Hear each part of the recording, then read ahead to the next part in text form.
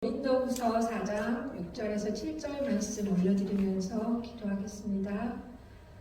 어두운데 빛이 있으라 말씀하셨던 그 하나님께서 예수 그리스도의 얼굴에 있는 하나님의 영광을 아는 빛을 우리 마음에 비추셨느니라. 우리가 이 보배를 질그릇에 가졌으니 이는 심히 큰 능력은 하나님께 있고 우리에게 있지 아니함을 알게 하려 함이라. 하나님 아버지, 저희를 불러주셔서 저희가 교회가 되어 여기 지금 모였습니다. 우리 죄를 대속하여 순종하신 어린 양 예수 그리스도의 보혈을 힘입어 아버지께 나아갑니다. 우리의 예배를 받아주시옵소서. 사순절 절기를 맞아 저희는 예수 그리스도를 내어주신 아버지의 마음과 예수님의 순종을 생각합니다. 예수님이 십자가에 죽으신 그날이 우리 모두가 더욱이 제가 아버지 앞에 세상 앞에 온전히 죽던 날이었음을 분명히 기억하게 하시옵소서. 하나님 아버지, 저희를 흔들어 깨워주시옵소서. 우리의 진정한 믿음을 함께 점검하여 주시옵소서. 삶의 풍요를 아버지와의 평안이라고 착각하지 않게 하시고 삶의 부족을 채워달라고 아버지를 기대하며 눈치 보는 그런 태도를 벗어내길 간절히 원합니다. 우리 능력으로 사는 것이 아닌 심히 놀라운 하나님의 능력으로 하루하루를 살고 있음을 아버지 마음으로 알게 하시고 고백하게 하시옵소서. 그래서 이미 우리가 지금 이 시간도 하나님 아버지와 함께 영원을 살아가고 있는 중인 것을 우리 마음과 의식 속에 새겨주시옵소서. 하나님 아버지의 긍휼함으로 주변을 돌아보게 하시옵소서. 깨질 질그릇 같은 서로의 삶 속에서 긍휼함을 바라보고 품게 하시되 준엄하신 하나님의 말씀에 비추어 주의 마음이 포개어진 우리의 마음 되게 하시옵소서. 땅 끝에 서신 많은 선교사님들을 올려드립니다. 숨쉬는 모든 순간마다 하나님의 하나님 되심과 우리의 종됨을 분별하는 지혜를 주시옵소서. 그 가운데 평강과 기쁨이 샘솟게 하시어 그 주변으로 참 생명이 흘러가서 생명이 살아나는 땅, 하나님을 찬미하는 땅으로 삼으시고 하나님의 백성들이 일어나게 하시옵소서. 어떠한 일에도 낙심하지 않고 어떠한 어려움에도 버림받지 않게 하시고 오히려 그 누구보다 하나님 아버지와 기쁨을 누리는 모든 선교사님들로 삼으셔 주시옵소서. 그리하여 오직 복음만이 퍼져나가는 이 시대 되게 하시옵소서. 또 아버지께서 친히 세우신 우리 이기흥 목사님에게 아버지의 마음을 부으신 줄을 믿습니다. 그 말씀 선포될 때 성령으로 덮으시고 그 빛난 영광과 참 생명 누리는 우리 모두가 우리의 작은 질그릇 속에 당신의 참 생명을 소중히 담는 이 시간 되게 은혜 내려주시옵소서. 이제 마음 모아 존귀하고 참 생명 되신 하나님 아버지의 말씀을 기다립니다.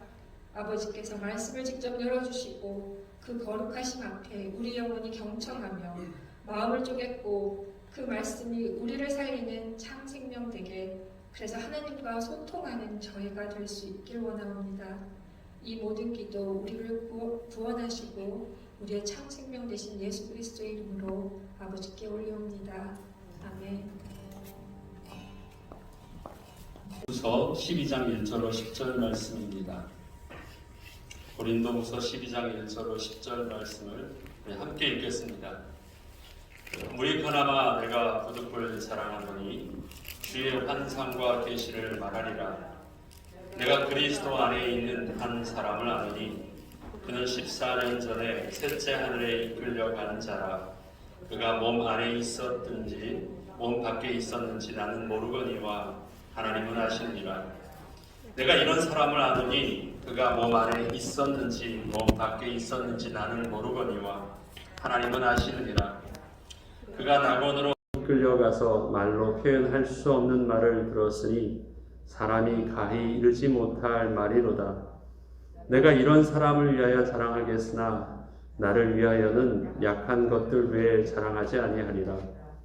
내가 만일 자랑하고자 하여도 어리석은 자가 되지 아니할 것은 내가 참말을 함이라. 그러나 누가 나를 보는 바와 내게 듣는 바에 지나치게 생각할까 두려워하여 그만두노라. 여러 계시를 받은 것이 지극히 크므로 너무 자만하지 않게 하시려고 내 육체에 가실 곳 사탄의 사자를 주셨으니 이는 나를 쳐서 너무 자만하지 않게 하려 하심이라. 이것이 내게서 떠나가게 하기 위하여 내가 세 번째 주께 간구하였더니 나에게 이르시기를 내 은혜가 내게 족하도다. 이는 내 능력이 약한 데서 온전하여짐이라 하신지라. 그러므로 도리어 크게 기뻐함으로 나의 여러 약한 것들에 대하여 자랑하리니 이는 그리스도의 능력이 내게 머물게 하려 함이라. 그러므로 내가 그리스도를 위하여 약한 것들과 능력과 궁핍과 박해와 곤고를 기뻐하노니 이는 내가 약한 그 때에 강함이라. 아멘. 오늘은 온전한 사람이라는 제목으로 주의 말씀을 묵상하고자 합니다. 한국말에는 온전함과 완전함을 그 어감이 좀 다릅니다. 온전하다라는 것, 예를 들어서 이런 것 있죠. 내가 온전한 모습으로 다시 돌아왔다. 그거는 처음에 갈 때랑 또 돌아올 때랑 그것이 하나도 잃은 것 없이 그대로 왔다라는 온전함이고요. 완벽하다라는 말은 처음대로 해서 또 그 끝과 같다는 말이 아니라 어떤 우리가 가지고 있는 그 이상형의 모든 것을 다 갖췄다라는 개념에서 한국말의 의미는 조금 그 어감이 온전함과 완전함이 좀 차이가 있습니다. 네? 차이가 좀 있습니다. 그런데 성경 말씀을 오늘 번역을 할 때 온전함으로 우리 한글 성경은 번역했지만 원문 성경으로는 이 온전하다는 것을 perfect로 쓰고 있습니다. 그래서 저는 이 온전함을 완전하다라는 그 perfect라는 의미 속에서 여러분과 묵상하고자 합니다. 성경에서 그 온전함을 뜻하는 이 perfect라는 이 단어는 그 말 그대로 우리 그 느낌이 오는 거 있잖아요. 그냥 perfect한 겁니다. 어느 것 하나 흠잡을 것이 없고 모든 기대치를 만족하는 사람이라면 얼마나 멋진 사람이겠습니까? 에베소서 4장 12절을 보면요. 예수님께서 성도들을 어떤 이는 교사로, 사도로, 목회자로 이렇게 쭉 세울 때 이는 성도를 온전케 하여 봉사의 일을 하게 하여 그리스도의 몸을 세우려 하심이라. 그때도 성도를 온전케 한다라고 하는 그 표현을 perfect로 쓰고 있습니다. 그래서 성도를 그렇게 온전하게 완벽하게 해서 봉사의 일도 하게 하시고 그리스도의 몸을 세우게 하시는데 하나님께서 귀한 은사들을 성도들에게 주어서 그들로 하여금 함께 서로 각자의 은사대로 섬겨서 성도를 퍼펙트하게 만들어가는 과정을 겪게 하신 것이라 에베소서에서는 그렇게 기록하고 있습니다. 그런데 세상 나라에서 기대하는 그 완벽한 사람과 하나님 나라에서의 그 퍼펙트 온전하다는 사람은 그 근본이 서로 차이가 있음을 오늘 본문은 또 바울 사도는 고백하고 있습니다. 그렇다면 하나님께서 말씀하시는 그 온전한 자의 모습은 어떤 것일까요? 바울은 오늘 본문을 보니까 자기가 경험했던 영적인 신비, 그것도 14년 전에 경험했던 영적인 신비면 그가 예수 그리스도로 알고 얼마 되지 않아서 누렸던 그 신비입니다. 그는 하나님 나라를 실질적으로 보았다라고 합니다. 그래서 내가 몸 안에 있었는지, 내가 몸 밖에 있었는지, 내가 죽었다 살아난 건지, 내가 살아서 본 건지, 나는 그것을 어떻게 규정할 수는 없지만 확실하게 나는 그 본 것이 맞고 그 은혜가 인간적인 언어로 형용할 수 없는 그것이었다라고 말을 하고 있습니다. 그런데 바울은 그러한 자기 경험을요, 제3자 입장에서 이렇게 툭 말해요. 내가 아닌 것처럼, 내가 진짜 그렇게 경험했던 어떤 사람을 아는 것처럼 이야기를 해서 자기의 일을 마치 남의 일처럼 말하고 있습니다. 그러면서 내가 그런 사람을 본다면 그런 사람에 대해서 내가 자랑해 줄 것이 있을 것 같대요. 그래서 그런 사람은 정말 멋진 사람일 것 같대요. 그거는 누가 보더라도 그렇게 존귀한 자가 없을 거라고 나는 말해주고 싶대요. 왜? 그거는 정말 특별한 일이 맞으니까. 그리고 그건 정말 자랑할 만하니까. 그런데 그것이 자기 일이 되었을 때는 나는 그것이 자랑할 일은 아니었다라는 것입니다. 어떤 사람에게 일어나는 것은 내가 존귀하다고 인정해주고 싶은데, 그리고 충분히 인정하지만 만약에 내게 그러한 일들이 있다고 한다면 나는 그것을 자랑할 것이 아니라고 말을 하는 것입니다. 그래서 간접적으로 자기에게 있어서 하나님이 주신 은혜가 얼마나 크셨는지, 그리고 그가 자기의 부득불 자랑한다면서 자기의 연약함을 자랑하려고 할 때 그것은 내가 없어서 없는 내 모습을 합리화시키기 위해서 말하는 그 어떤 겸손에 포장된 자기 열등의식을 감추고 있는 것이 아니라는 것. 자랑하려면 세상에 육신적으로도 학문적으로나 신분적으로나 그가 영적으로 경험한 것으로나 그 어떤 것 하나 꿀릴 것이 없지만 정말 복음 안에서 하나님이 주시는 최고의 가치를 드러내기 위해서는 아무런 소용이 없었다는 것. 하나님이 내게 맡겨주신 귀한 사도의 직분을 감당함에 있어서 그러한 많은 내 육신적인 하나님이 세상에서 내게 주셨던 많은 축복들이 그렇게 유익하지 않았다라는 것을 말하려고 하는 것입니다. 그러기에 바울은 그냥 겸손한 표현을 쓰는 것이 아니라 없는 것을 있는 척 하는 것이 아니라 아니면 자기의 연약함을 마치 있는 것처럼 포장하려고 쓰는 어떤 표현들이 아니라 정말 말하고 싶은 복음 안에서의 온전한 비밀이 참된 가치가 무엇인지를 설명하고자 하는 것입니다. 그렇다면 바울이 그렇게 말하고 싶었던 퍼펙트한 사람은 어떤 사람일까요? 그는 이렇게 말합니다. 5절과 7절에 보니까 내가 이런 사람을 위하여 자랑했으나 나를 위하여는 약한 것들 외에 자랑하지 아니하리라. 여러 계시를 받은 것이 지극히 크므로 너무 자만하지 않게 하시려고 내 육체에 가시고 사탄의 사자를 주셨으니 이는 나를 쳐서 너무 자만하지 않게 하려 하심이니라. 바울은 그 몸도 굉장히 병약했다고 합니다. 우리 이런 말 쓰잖아요. 움직이는 병원이었다고요. 그는 몸이 늘 아팠습니다. 사람이 몸이 아프면 얼굴 표정이 어때요? 늘 찡그러져 있죠. 기쁘니까 밝은 얼굴이 되지 않아요. 그래서 그의 얼굴 모습이 그렇게 늘 밝지가 않았어요. 그거는 뭐가 그 마음이 짜증나는 게 많은 것이 아니라 몸이 아파서 늘 힘들어 하였어요.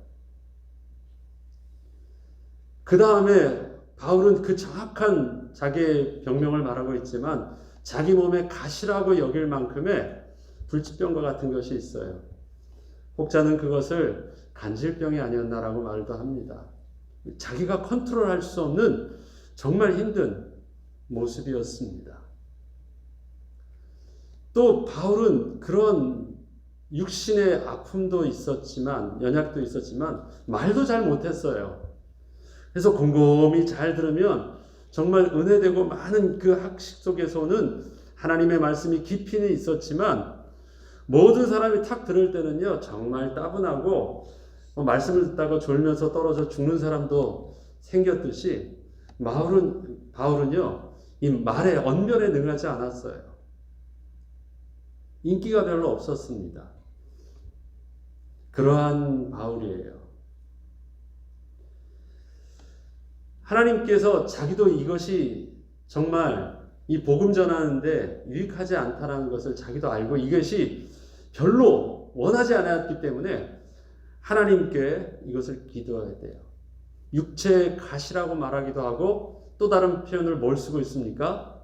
사단의 사자라고 표현할 정도로 너무 싫은 거예요. 자기도 그것을 자기가 지금 은혜로 감사했다고요? 그건 나중 일이고, 그가 자기의 이 모습은 아니다, 이거는 복음 전하는데 유익하지 않은 건 맞고, 심지어는 사단의 사자, 이것을 사단이 자꾸 건드려서 나를 얼마나 고통스럽게 하고 얼마나 복음을 막는데 힘들었는지 모른다라고 표현하고 있는 것입니다. 그런데 그것을 이는 나를 쳐서 너무 자만하지 않게 하려 하심이라는 고백을 하게 된 거예요. 바울이 이러한 사단의 사자처럼 보이는 육체의 가시가 그 나이 들면서 온 지병을 말하는 것이 아닙니다. 평생에 가지고 있었던 지병이에요. 그래서 내가 복음을 알고 하나님께서 바울이 그 소경되었던 바울의 눈을 치유해 주시는 창조의 역사도 있으셨잖아요. 바울의 손수건만 만져도 병이 고쳐지는 능력들을 자기 눈앞에서 보여주셨잖아요. 독사에 물려도 죽지 않는 기적을 하나님께서 보여주셨잖아요.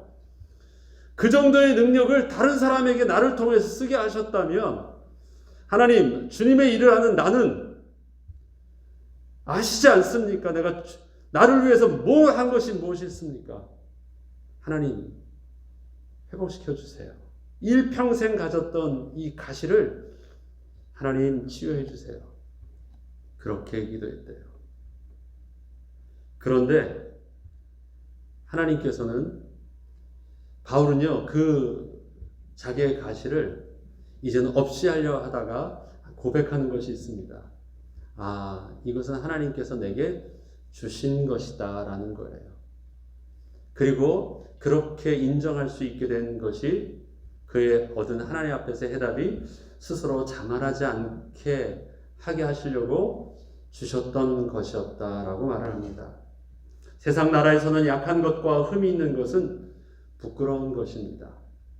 그리고 좀 열등한 것입니다. 그래서 사람들은 자신의 흠 있는 모습은 감추려고 또 열심히 스스로 감추려고 하고 남들이 없는 특별한 것을 드러내서 자랑하려고 합니다. 이것은 나쁘고 좋고의 문제가 아니라 사람들의 그 본성의 그 모습이에요. 지극히 당연한 모습입니다. 뭐 자기의 부끄러움을 드러내기를 좋아하는 사람이 어디 있습니까? 당연한 것이죠. 그리고 그 연약함은 자기의 강점을 통해서 온전히 또 자기를 드러내면서 자기를 표현하려고도 합니다. 그런데 이 바울도 보면 자신의 특별함이 많이 있었습니다. 학식으로도 능했고요. 또 신앙 안에서도 자기를 변명하기 위해서요, 자기가 경험했던 하나님의 영적인 신비를 충분히 말해줄 수도 있었습니다. 자신이 많은 사람들을 병을 고치잖아요. 남은 구원하면서도 자기는 못 구원하네. 얼마나 조롱거리가 되겠습니까? 그렇다면 그런 저들에게 그가 변명하고 자기가 믿음이 없거나 아니면 하나님의 저주를 받지 않은 자기의 가시라는 것을 증명하려면 뭘 얘기해 주면 좋을까요? 내게 주셨던 하나님의 영적인 신비들을 말해준다면 나에 대해서 뭐라고 얘기했던 사람들은 한마디로 그냥 깨갱 하게 말할 수 있겠죠. 그렇게 안 한 거예요.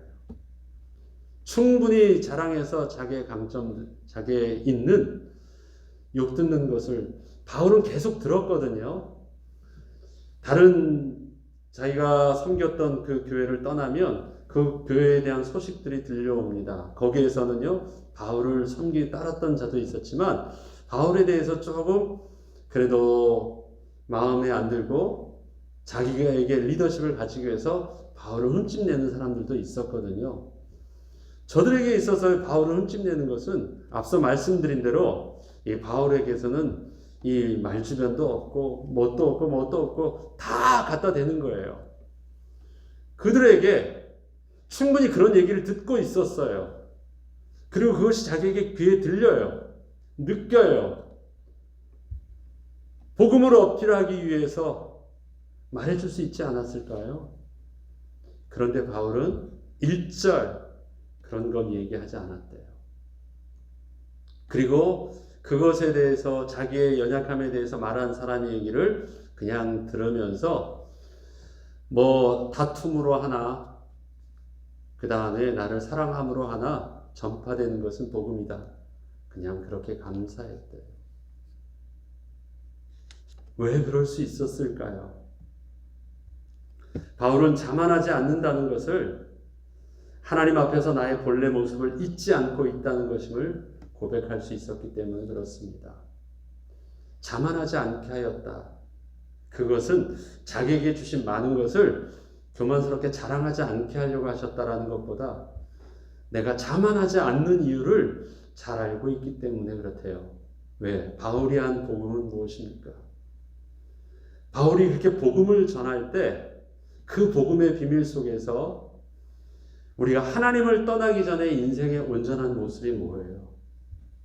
하나님을 떠나기 전에 하나님이 창조하신 본래 창조 질서에 처음 만드신 에덴 동산의 아담의 모습은 어떠한 것이었을까요? 그 안에는 하나님이 주시는 지혜와 또 하나님이 주시는 아름다움도 있었지만 그 안에는 또 뭐가 있었냐면 하나님이 함께 거하실 수 있는 거룩함이 있었거든요. 아무리 세상 사람들 앞에서 뛰어나서 영광스러운 면류관을 쓰고 영광스러운 옷을 입는다고 할지라도 그것을 통해서 하나님 앞에 설 수 없는 것을 알고 있었어요. 세상에 아무리 영광스러운 옷과 아무리 깨끗한 옷을 입어도 우리의 죄로 인하여 추한 모습을 하나님 앞에서 가리울 수 있는 것은 아무것도 없는 것을 알게 된 거예요. 바울이 왜 자랑하지 않았느냐? 인간적으로 자랑하는 그 모든 것, 다른 사람들에게 나를 뛰어나게 하는 그 모든 것을 통해서 과연 하나님 앞에 내가 설 수 있는 거룩함이 있느냐? 그게 없어요. 그건 자랑할 수 있는 것이 아무것도 없다라는 거예요. 바울은 단순히 겸손을 말하고 있는 것이 아니에요. 나는 원래 없는데 다른 사람들이 입혀진 영광의 옷을 가지고 원래 없는 것을 그 영광의 옷 때문에 내가 잊을까 두렵다라는 것이에요. 저는 그런 걸 많이 봅니다. 젊어서의 그 목사님의 영광들이 너무 많이 가면서 왜 늘 질문이 있었어요. 왜 젊어서의 그 열정들이 나이 들면서 왜 그렇게 바뀌었을까? 그것은 교회 안에서도 그렇고 세상 사람들도 그렇고요. 젊어서 사람들을 섬기고 할 때는 문제가 없었는데 어느 정도 점점 이제 하나님께서 은혜 가운데 사역도 넓혀주시고 많은 사람들이 섬기다 보니까 어떻게 해요? 막 그렇게 높여지는 그 영광 가운데 자기 자신도 착각을 해서요. 자기가 그런 줄 알아요. 그래서 옛날에 자기의 본래 모습을 잃어버려요. 이걸 좀 더 쉽게 표현해 보죠. 영화에서 엑스트라 주연과 또 조연이 있습니다. 액션 영화에서 그 히어로가 막 액션을 하면서 사람을 딱 칩니다. 그러면 때리는 사람보다 맞는 사람이 훨씬 더 중요해요. 툭 건드려도 아주 그냥 뭐 몇 배 넘게 액션을 해서 확 넘어가 주거든요. 섬기기 시작하니까 너무 귀하다고 하고 위에서 막 높여주기 시작하니까 정말 자기는 그렇게 다른 사람인 줄 알고 착각하게 돼요. 그리고 그렇게 하루가 이틀이 지나고 사흘이 지나고 10년, 20년 되면서 그렇게 하고 나니까 자기는 굉장히 특별한 사람인 줄 착각하게 돼요. 그게 우리 사람의, 죄성 있는 사람의 모습입니다. 바울은 육체의 가시를 통해서 하나님이 늘 사역을 통해서 자기에게 베풀어 주시는 영적인 신비와 영적인 기적과 그다음에 하나님이 내게 주시는 그 은혜의 비밀들을 감당할 수 없을 정도의 큰 은혜의 비밀들을 주심으로서도 너무 감사했지만 그것과 더불어 나의 가시가 내가 누군지를 늘 잊지 않게 하신 것이 지나고 나니까 그것이 너무 은혜였다라는 것을 고백하는 것입니다. 그는 14년 전에 이러한 신비만 경험했습니까? 아니, 그의 사역 전반에 그는 가는 곳마다 하나님이 주시는 그 복음의 깊이와 하나님이 함께해 주시는 그 창조의 기적의 사역의 신비들 계속 경험했어요. 그럼에도 불구하고 그는 자기 자신을 잃지 않게 된 이유가 나중에 알고 보니까 내 몸에 가시였다라는 것을 깨달은 것입니다. 다시 한번 정리드리겠습니다. 세상의 영광으로도 하나님의 거룩함을 대신할 수 없습니다. 바울은 그것이 자기가 평생 전한 복음은 바로 그것이었어요. 우리를 다시 창조의 처음의 모습으로 회복시키기 위해서 예수 그리스도께서 이 땅에 오셨고 우리로 하나님을 떠난 그 부정한 모습을 다시 그리스도의 피로 정하게 하셔서 다시 거룩하신 하나님 앞에 담대히 나아갈 수 있게 하는 것, 바울의 평생의 사역이었기 때문에 그에게 있어서 온전함의 비밀은 바로 거룩하신 하나님 앞에 설 수 있는 것이었습니다. 다른 자랑을 나에게 아무리 한다 할지라도 그렇게 자랑하는 나나 그렇게 자랑받는 나나 그 다음에 부족하다고 하는 당신이나 다를 바 없다. 그것을 늘 하나님이 알게 하여 주셨다라는 것입니다. 두 번째, 또 온전한 사람을 자기는 이렇게 표현합니다. 하나님의 족한 은혜를 받은 자.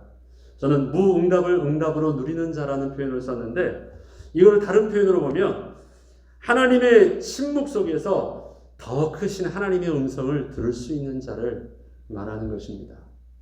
무응답, 하나님이 아무것도 자기에 대해서 반응하지 않으신 것처럼 보였거든요. 그런데 그러나 하나님의 침묵 속에서 더 큰 하나님의 음성을 영적으로 들을 수 있는 비밀이 있었습니다. 8절에 보면 이것이 내게서 떠나가기 위하여 내 육체의 가시가 내게서 떠나기 위하여 내가 3번 주께 간구하였더니 나에게 이르시기를 내 은혜가 내게 족하도다. 우리 한국말에 이런 말 있잖아요. 3-4번.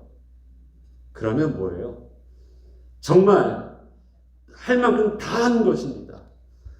바울은 평생의 마음의 소원 속에서 얼마나 많이 빌었겠어요. 그런데 3번 주께 간구하였다라는 것은요, 정식으로 하나님 앞에 내가 정말 우리 편 정색을 하고 딱 자세를 입고 들어주셔야 되는 것입니다. 해서 한 번도 아니고 3번을 했대요. 근데 그때까지 하나님은 한 번도 대꾸도 안 하신 거예요. 반응도 안 하셨어요. 내게 뭐 은혜를 주셔서 말씀하신 것도 아니에요. 그런데 3번째 그렇게 말씀하실 때는 하나님이 결론을 내려주셨대요. 내 은혜가 내게 족하다. 여기서 내 은혜의 내는 누구를 말해요? 하나님이에요. 하나님. 하나님께서 말씀하시는 거예요. 나의 은혜가 너에게 족하다라고 말씀하십니다. 그 말은 뭐예요? 하나님께서 바울의 기도에 대해서 침묵하고 계셨지만 하나님은 모르신 것도 아니고 하나님은 안 들어주신 것도 아니고 하나님은 이유 있는 은혜들을 바울의 뜻과는 정반대였지만 이유 있는 은혜를 오히려 안 주셔서 더 큰 은혜를 하나님 주신 것입니다. 바울이 그걸 알게 되었어요. 아, 하나님이 안 주신 은혜가 내가 달라고 해서 받은 은혜보다 더 큰 것이었구나. 그것이 하나님의 은혜가 내 은혜가 내게 족하다라는 응답이었습니다. 저와 여러분은 그런 경험 없습니까? 저는 인도에서 이 경험을 많이 했습니다. 선교 현장에 인도는 특이해가지고 대부분 나라들은 그냥 엔트리 비자만 있으면 비자만 받으면 다 들어가잖아요. 인도는 엔트리 비자가 있고 그 다음에 들어가면 거기서 장기적으로 살려고 하면 스테이 비자가 따로 있습니다. 엔트리 비자는 쉬워요. 들어가서 한 3개월 이내 관광하고 나오라고 해서 쉽습니다. 근데 스테이 비자를 받으려면 거기서부터 모든 서류를 이렇게 다 주어서 그것에 대해서 아주 꼼꼼하게 하는데 그게 너무 피곤해요. 저희가 처음에 갔던 곳은 인도에서 시골이었습니다. 근데 스테이 비자가 안 나오는 거예요. 결국은 거기서 더 살 수 없었습니다. 아니, 멀쩡한 외국인이 이 시골에서 아이들을 공부하러 이 시골까지 애들 공부시키려고 시골까지 왔다는 거 도저히 납득되지 않다. 당시의 신변을 우리가 보장해 줄 수 없으니까 이것보다 조금 더 큰 도시로 나가라는 거예요. 기도 많이 했습니다. 그 관공서에 가서 허락받으려면 저희 집에서 차를 타고 가는 것이 뭐 6, 7시간 걸려요. 가야 돼요. 가면 또 아니면 또 오고를 반복하면서도 얼마나 힘들었는지 몰라요. 결국 못했어요. 그래서 그것보다는 조금 나은 도시로 움직이게 됐어요. 만약에 하나님이 응답 주지 않으셨으면, 만약에 하나님이 우리의 기도에 들어주셨으면 우리 거기 안 떠났을 거예요. 조금 더 있는 도시에서도 또 그러한 이유들로 또 움직이는 것을 반복하게 됐어요.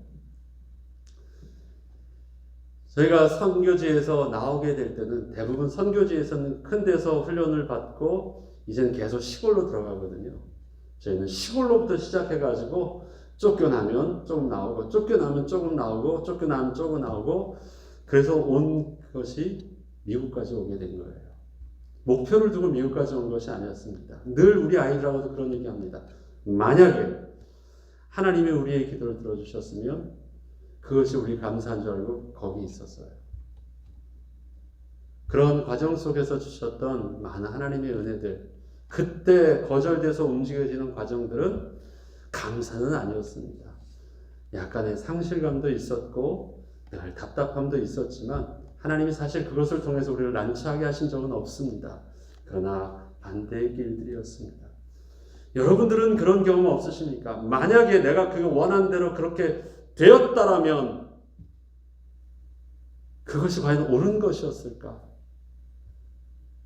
우리의 수준 속에서, 계산 속에서 생각할 수 있는 좋다고 하는 응답들이 모든 것을, 우리의 인생 전체를 알고 계시는 하나님께서 우리를 향한 그 오늘의 시간표 속에서 그 하나님의 계획하심이 내가 원하는 것과 같겠습니까? 같을 수도 있고 다를 수도 있는데 바울은 뭘 느꼈나요? 정말 원치 않는 사단의 사자처럼 보였던 그것이라 할지라도 전에는 몰랐었는데 하나님의 음성을 내가 크게 듣게 됐다. 내 은혜가 내게 족하다는 그 은혜를 들으면서 하나님의 침묵 속에 더 크신 하나님의 응답을 들을 수 있는 영적인 귀가 열리게 됐다는 것을 고백하고 있습니다. 또 세 번째로 바울은 그렇게 말합니다. 약한 데서 온전하여 짐을 아는 자, 곧 그리스도의 능력이 그 안에 머물 수 있는 자, 그것이 온전한 자임을 고백하고 있습니다. 9절에는 나에게 이르시기를 내 은혜가 족하도다. 이는 내 능력이 약한 데서 온전하여 짐이라 하신지라. 그러므로 도리어 크게 기뻐함으로 나의 여러 약한 것들에 대하여 자랑하리니 이는 그리스도의 능력이 내게 머물게 하려 함이라. 온전함은, 또 완벽함은 나에게 그 어떤 것도 부족함이 없이 다 채워지는 것을 말하는 것이 아닙니다. 세상은 그것을 원하겠죠. 나의 핸디캡들이 없어지고 내 속에 조금이라도 부족한 그 부분들이 채워진다면 더할 나위 없겠죠. 그러나 우리의 인생은 그렇게 육신적인 모든 걸로만 완벽한 살덩어리로만 만들어진 게 아니거든요. 우리를 하나님이 영적인 존재로 만드실 때는 그 안에 하나님이 거하실 수 있는 온전한 거룩하신 하나님의 공간을 또 우리에게 만들어 주신 것입니다. 그러기에 이 땅에서는 아무리 많아도 우리 주님이 우리의 삶의 중심에 계시지 않는다면 그 공간에 세상에 어떤 것을 다 채운다 할지라도 채워지지 않는 영적인 공허함을 느끼는 것은 자명한 것입니다. 세상은 이 영적인 비밀을 알지 못하기 때문에 우리가 하나님과 함께해야 되는 이 거룩한 존재요, 영적인 존재라는 사실들을 잘 알지 못하기 때문에 뭔가 갈급한 건 아는데 공허한 건 아닌데 그것이 뭔지 모르니까 자꾸 채우려고는 해요. 느끼니까, 답답하니까, 허하니까 채우려고 하는데 왜 채우려고 하는지는 몰라요. 근지러워요. 어디가 근지러워. 근데 근지러워서 긁는데 이게 어딘지 모르게 근지러워. 여러분 그런 경험 있으시죠? 분명히 근지러운 것 같은데 여기 어딘 것 같은데 아무리 긁어도 시원하지가 않아요. 영적인 공허함이, 채워지지 않는 공허함이 그렇습니다. 하나님은 우리에게 그 이유를 알려주셨어요. 너희는 짐승들과 달라. 너희는 육신의 살덩어리만 있는 것이 아니라 그 안에 거룩하신 하나님이 함께 거하실 수 있도록 하나님께서 처음부터 그렇게 창조하신 너희는 영적인 존재야. 그 어떤 피조물에도 거룩함이라는 단어는 쓰지 않는데 그래서 우리에게 있어서는 하나님이 하나님과 더불어 함께 할 수 있는 거룩한 존재로 우리를 삼아주셨습니다. 그런데 우리가 죄로 인하여 하나님을 떠나서 부정하게 되었을 때 주님께서는 다시 우리를 정하게 하시고 우리를 거룩한 존재로 온전케 하셔서 하나님께 나아갈 수 있게 하셨습니다. 그리고 이 땅에서도 그 거룩한 존재의 모습으로 비록 육신에 오용되었던 육신의 모습이 있지만 거룩한 성도의 비밀로 거룩한 예배를 드릴 수 있도록 주님이 영원하신 하나님 나라에 갈 때까지 우리가 영원토록 떠나지 아니하시는 그 비밀 성령으로 함께 보혜사 성령으로 함께 하여 주신다 약속하신 것입니다. 그리스도인이 누리는 참된 자유는 내가 원하는 모든 것을 다 할 수 있는 자유가 아닙니다. 세상엔 자유하면 경제적으로나 아니면 또 그에 가지고 있는 권세로나 내가 원하는 것을 원하는 대로 할 수 있으면 얼마나 좋을까 합니다. 걱정 없이 얼마야 가격 보지 않고 세일되는 거 보지 않아도 가격 묻지 않아도 먹을 수 있으면 그거 되게 자유롭다고 생각을 해요. 누구 하나 눈치 보지 않고 움직일 수 있으면 그것도 자유라고 말겠죠. 그러나 주님이 원하시는 참된 자유는 무엇입니까? 바울은 이렇게 고백합니다. 내게 능력 주시는 자 안에서 내가 모든 것을 할 수 있느니라. 빌립보서 3장에 나와 있는 그 고백입니다. 내게 능력 주시는 자 안에서 내가 누릴 수 있는 참된 자유입니다. 하나님과 함께라면 그 어떤 조건과 환경도 문제가 되지 않는 자유를 누린다는 것입니다. 육신적으로 좀 더 있을 수도 있고 없을 수도 있습니다. 좀 더 있었던 적도 있고 지금 그것보다 부족할 수도 있습니다.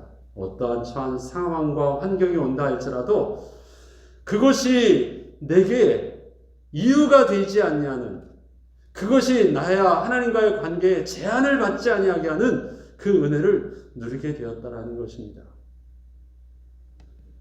결론적으로 그렇다면 온전한 사람은 어떠한 사람이겠습니까? 내가 원하는 모든 것을 다 할 수 있는 그런 세상에서의 요구치에 기대치에 다 올라간 사람이 아니라 하나님이 원하신 모든 것을 나를 통하여 다 하실 수 있게 하는 자가 바로 온전한 자입니다. 하나님이 원하신 것을 나를 통해서 하실 수 있어요. 그럼 어떻게 해야 돼요? 내가 그 베이스는 거룩해야 돼요. 하나님이 처소가 되어야 되니까. 그 다음에 내게 온전함이 무엇이겠어요? 그 하나님의 음성에 세미한 세상이 들을 수 없는 하나님의 영적인 음성에 귀 기울일 수 있는 그 귀가 열려 있고 그 말에 온전히 반응해서 순종할 수 있는 비밀이 있어요. 그것이 예수님이 이 땅에서 아들이라도 순종함을 배워서 어떻게 되었다고요? 온전하게 되었은지. 그래서 빌립보서 2장에 예수 그리스도의 겸손을 어떻게 표현합니까? 그가 아들이라도 순종함으로 온전하게 되었다라고 표현을 해요. 그것이 바로 우리 속에서 하나님의 말씀에 세상은 듣지 못하는 내가 듣고자 하는 것을 들으려고 하는 것이 아니라 하나님이 말씀하시고자 하시는 것을 들을 수 있는 귀, 내가 기도한 것을 응답받는 것이 아니라 하나님의 침묵 속에서도 더 큰 하나님의 음성을 들을 수 있는 귀, 그게 그럴 때 나를 통하여 주님이 거하셔서 하나님이 나를 자유케 하실 뿐만 아니라 하나님이 나를 통해서 하나님의 영광이 드러날 수 있게 하시는 것입니다. 여러분은 어떠한 사람이 꿈꾸십니까? 여러분은 지금 온전하지 않다고 하는 여러분의 핸디캡 때문에 눌려 계십니까? 나이에 눌려 계십니까? 육신의 질병에 눌려 계십니까? 여러분의 신분에 눌려 계십니까? 여러분의 경제에 눌려 계십니까? 바울의 고백이 저와 여러분의 고백되기를 원합니다. 내게 능력 주시는 자 안에서. 여러분의 오랫동안 기도에도 하나님의 침묵 속에 있으셨다면 그 침묵 속에서 더 큰 하나님의 응답을 이번 우리가 사순절을 통해서 기도하고 있는 이 기간들을 통하여 하나님, 나의 옛사람은 주와 함께 십자가에 죽게 하시고 나의 새 사람이 이렇게 온전한 사람으로, 퍼펙트한 사람으로 온전히 회복되어지는 예수의 부활의 응답들을 이번 부활절을 통해서 우리가 누리게 하여 주옵소서. 우리 함께 이번 기간 동안 주의 은혜를 기도하며 응답받는 저 여러분들에게 주의 이름으로 축원합니다. 기도하겠습니다. 하나님 아버지, 세상이 꿈꾸는 완벽한 사람이 아니라 하나님이 창조해 주시고 보시기에 심히 좋으시고 기뻐하셨다고 하시는 하나님의 그 기쁘심의 모습을 우리가 회복되길 원합니다. 하나님을 아빠 아버지라 부를 수 있으며 하나님의 음성에 네 할 수 있는 거룩한 존재요, 하나님을 기쁨으로 예배할 수 있는 거룩한 예배자의 모습으로 하나님 거듭나게 하셔서 그러한 우리의 하나님의 온전함이 이 땅에서 하나님을 영광스럽게 할 뿐만 아니라 이 땅에서 많은 사람들을 주님께 돌아오게 하는 거룩한 전도자의 축복으로 온전히 누리게 하여 주시옵소서. 사순절 기간 동안 우리가 계속 기도합니다. 세상에서 요구하는 부족을 채우는 그 어떤 완벽을 꿈꾸며 기도하기 전에 하나님의 소원에 합당한 하나님의 거룩한 백성으로 거듭나기를 소원하며 주 앞에 은혜를 구하고 회복하는 주의 백성들로 인도하여 주옵소서. 감사드리며 우리 주 예수 그리스도의 이름으로 기도합니다. 아멘. 이제는 우리 주 예수 그리스도의 은혜와 하나님 아버지의 사랑하심과 성령님의 내주 인도 교통 충만하심이 세상에 볼 때는 연약해 보이지만, 세상에 볼 때는 열등해 보이지만, 세상에 볼 때는 부족해 보이지만 내게 능력 주시는 자 안에서 내가 모든 것을 할 수 있음을 깨닫고 침묵 속에서 하나님의 큰 음성을 들으며 연약함 속에서 약할 때 강함의 비밀인 성령의 인도하심을 누리고 주님이 내주하심을 꿈꾸며 오늘도 믿음으로 기쁨의 발걸음을 새로 시작하는 주의 백성들과 주님의 교회 위에 지금부터 영원토록 함께 있을지어다.